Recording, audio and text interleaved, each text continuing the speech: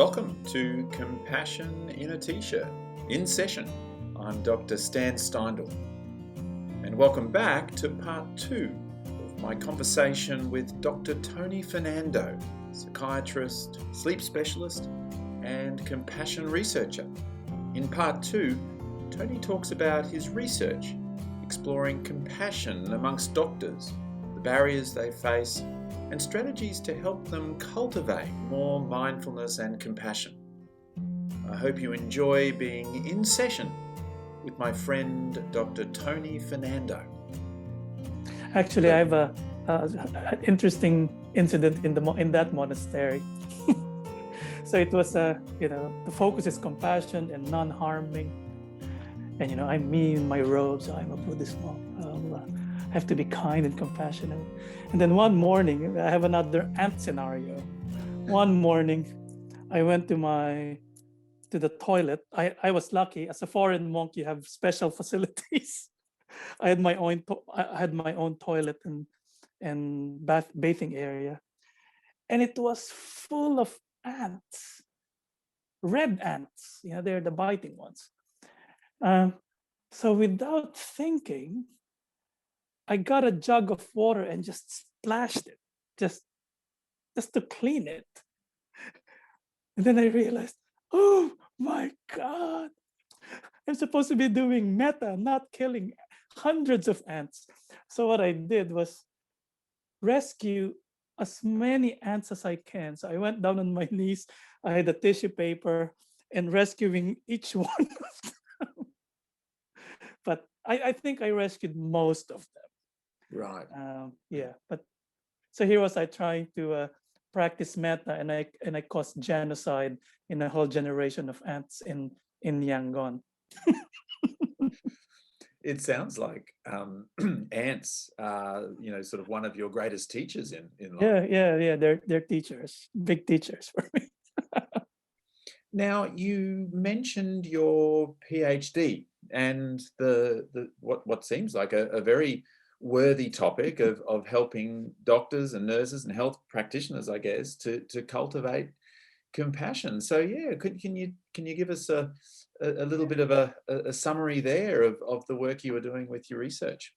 So initially, my plan was to develop a training protocol for doctors and eventually nurses and healthcare practitioners, a protocol similar to metta practice to enhance doctors, nurses' compassion.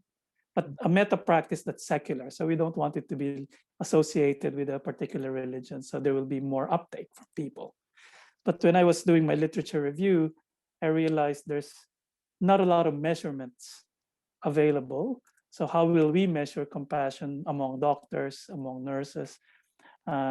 So we have to scale back our research from the desire to develop a training program to enhance compassion. We had to go back, rewind, and look at what's out there. Then we realized there isn't much out there when it comes to compassion in medicine. So we developed initially a questionnaire looking at measuring compassion in medicine, really. So it's a barriers to compassion questionnaire. And then from that, we were able to understand compassion more in medicine, like what blocks doctors from being compassionate. So a big chunk of my PhD was actually focused on understanding the barriers to doctors' compassion. And what we found out was it makes sense, but we didn't anticipate the results. So we found out that there are several barriers to doctors being compassionate. Obviously, there will be the doctor factor, the doctor's personality, doctor's burnt out levels, anxiety, neurosis, that can affect their compassion. But what was surprising and not surprising, was that difficult patients and difficult families significantly impact the compassion levels of doctors. And then we also found out that the complexity of the clinical situation also affects compassion levels. And then lastly, the system or the environment where the doctor is embedded in can also influence compassion. So that's actually one of the key messages from my PhD, was that compassion is not as simple as telling doctors to be compassionate, be kind. Because most doctors want to be kind, but if they're overloaded, if the system doesn't value them, if the doctors are not sleeping, or if they're dealing with a system that's not very conducive to compassionate care, or there's too much paperwork that in my case, I have so much paperwork, even though I'm already in private practice. If I'm working in public, it will be much, much more, all the regulatory requirements, but the paperwork is immense. And that also can drive compassion levels down.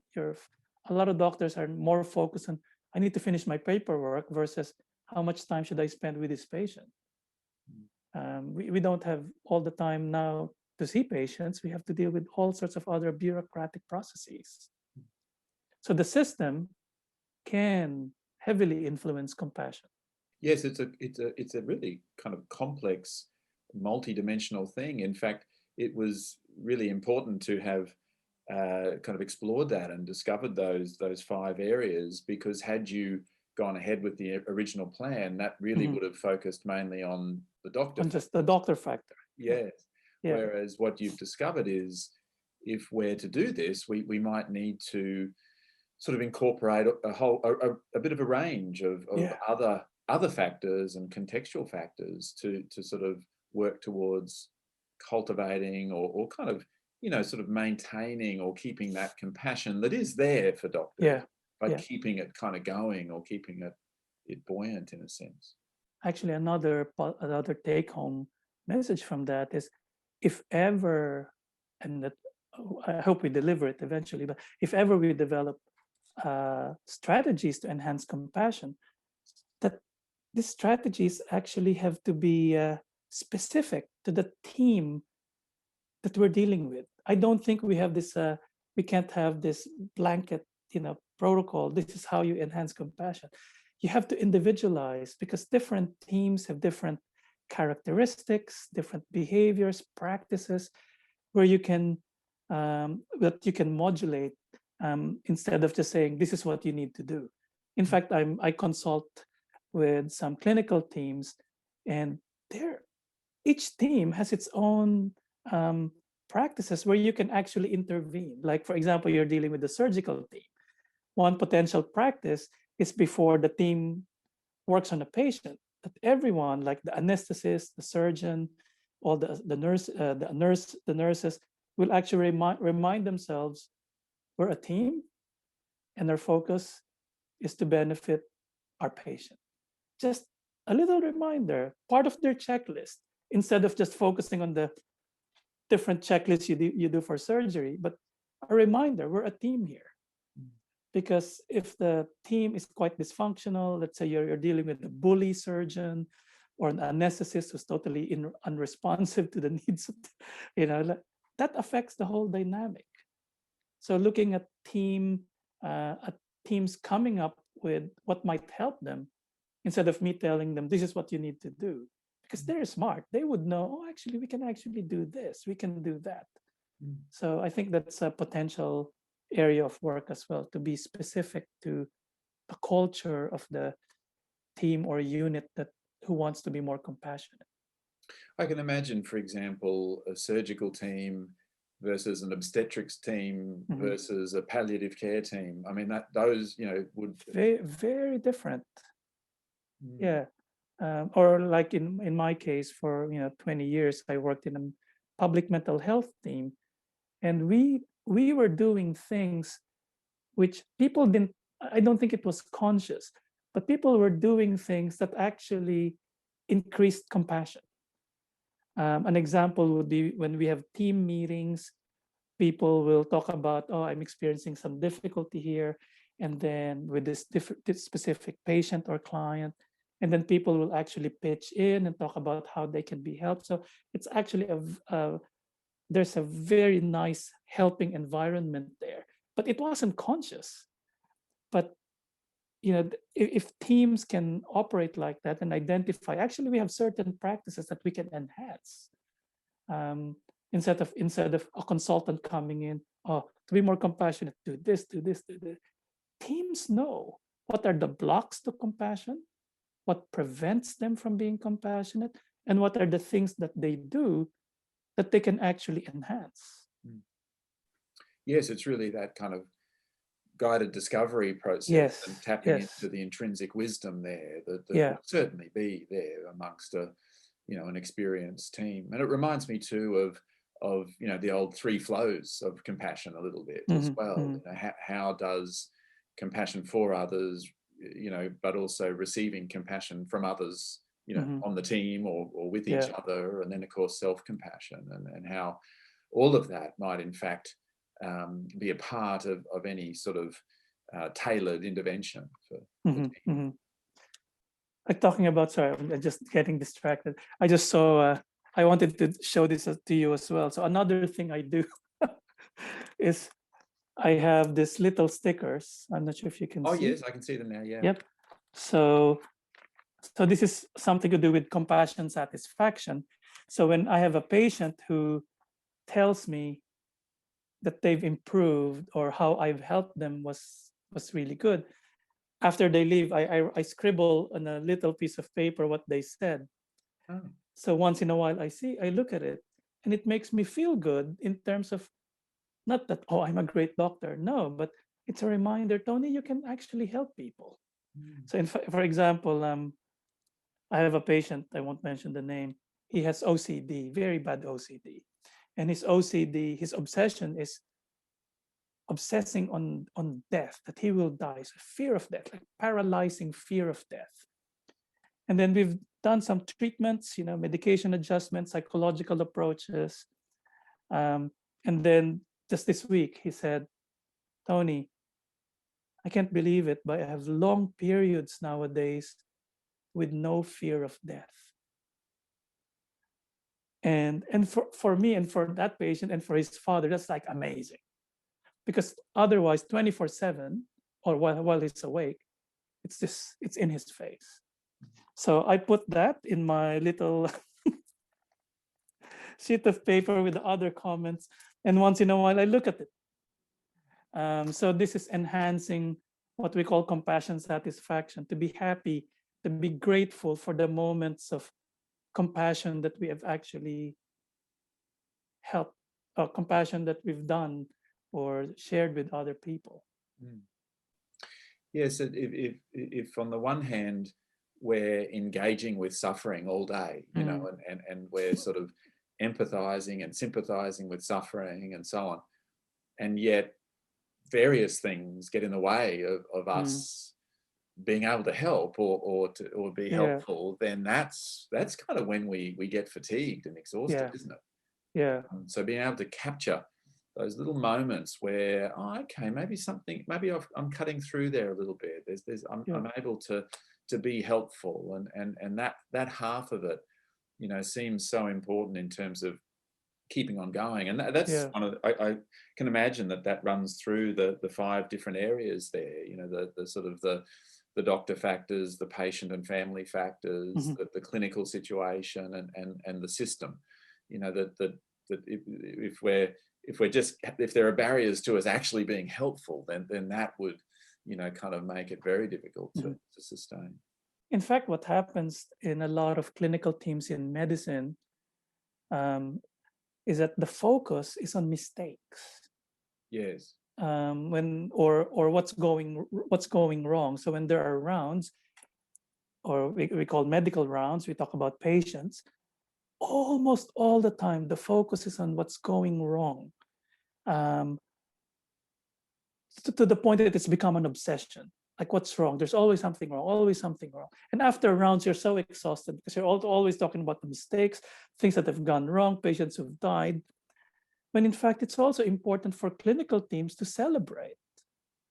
By the way, Mrs. So-and-so, who's been in the hospital for 3 months, she just went home and she's so happy. She gave us this. little things like that. So even, when I was in the public mental health team, we treat people with serious mental illnesses like schizophrenia. And I had a patient, I'll never forget it, when she said, Tony, I just finished my master's degree and I achieved, and she had schizophrenia. So that's a big celebration for the team.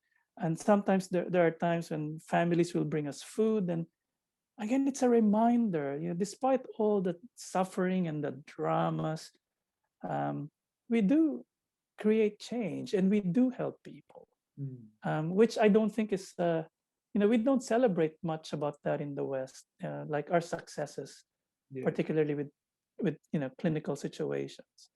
Yes, there is a massive emphasis on reflective practice, but reflecting on what didn't go well and trying to improve on that. And I suppose it's useful in a way, obviously to improve outcomes, a surgeon might need to do that.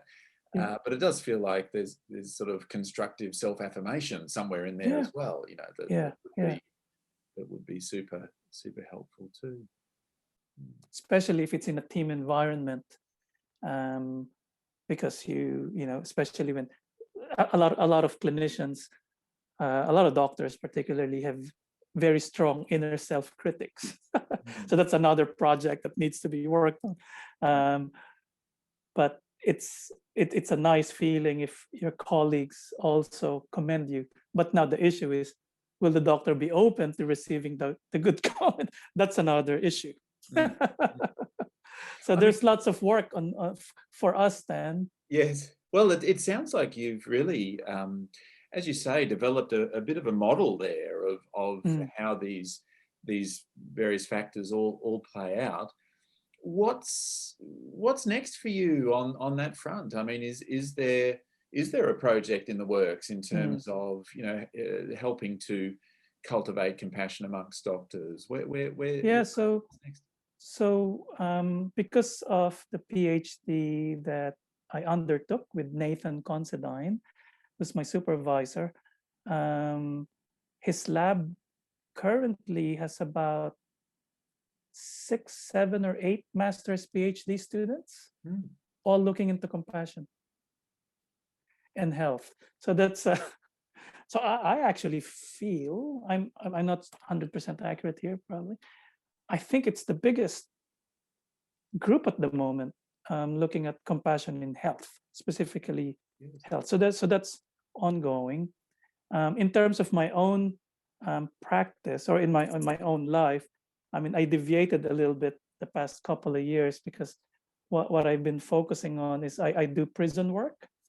So I run a meditation and emotional balance class in one of our high security prisons here in Auckland. So every Wednesday morning, I'm in prison, and I teach a lot of the inmates on mindfulness, but also compassion, and also kindness to themselves, forgiving themselves. And for me, that's the most rewarding thing I do every week. Some prisoners cry. I don't do it all the time, make them cry. I'm scared. They might beat me up. No, just joking. They're really kind to me. But the response of prisoners to, first of all, being aware of their thoughts and emotions, a lot of them are not. So being able to just be present with the breath and looking at the flow of experiences, it's just like mind-boggling for many of them. And some of them just express how they've made little changes in their lives. Like after talking, before they talk to their wives on the phone, usually they're stressed, they're angry, they're wondering, is she seeing someone now? But they will do a few breaths, sometimes wish metta to their wife. And then the actual phone call is positive. And they will say, oh my God, Tony, your breathing and meditation works.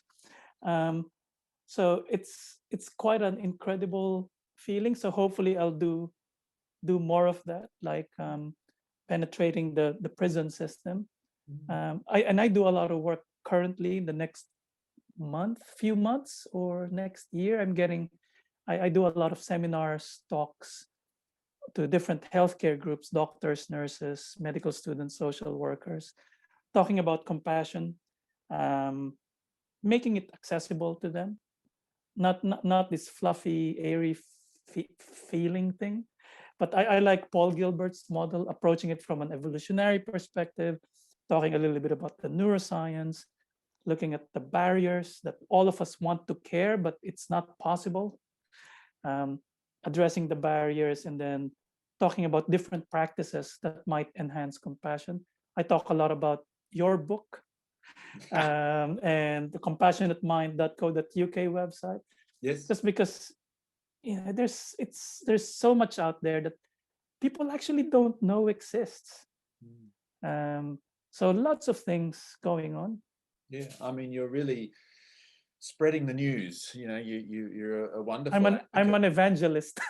Yes, well, and I mean, I think it really stems from, really that personal revelation that you came across experientially, Yeah. sort of mindfulness and metta, awareness and intention, compassion, and really just wanting to offer people the chance to kind of maybe have a feel for that too, and that it can make just very dramatic changes for a person and for our relationships and daily life.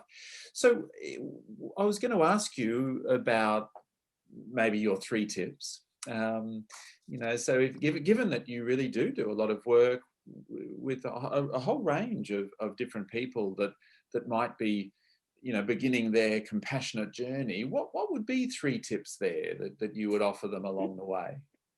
I'll offer tips that worked for me. Okay. One is my mindfulness practice.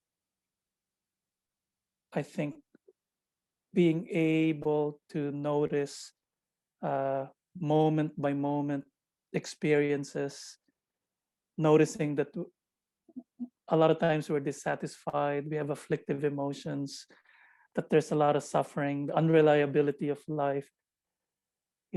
From mindfulness, we realize that, all of us suffer. Not just me, all of us suffer.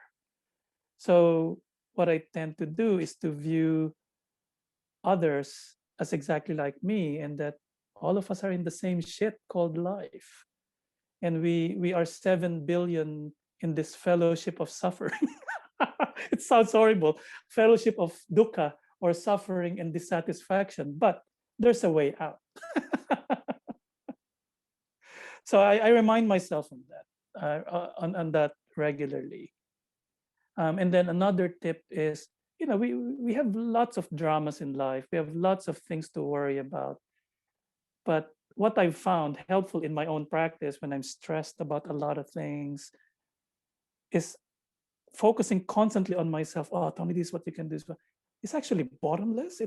You never get satisfied. But what I do is I also tell myself, Tony, all right, you have dramas at the moment, but who can you actually help today?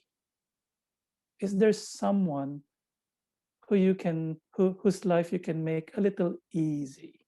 Doesn't have to be massive, but it can be deliberately being very pleasant to reception staff, instead of the usual hi, hey, how are you?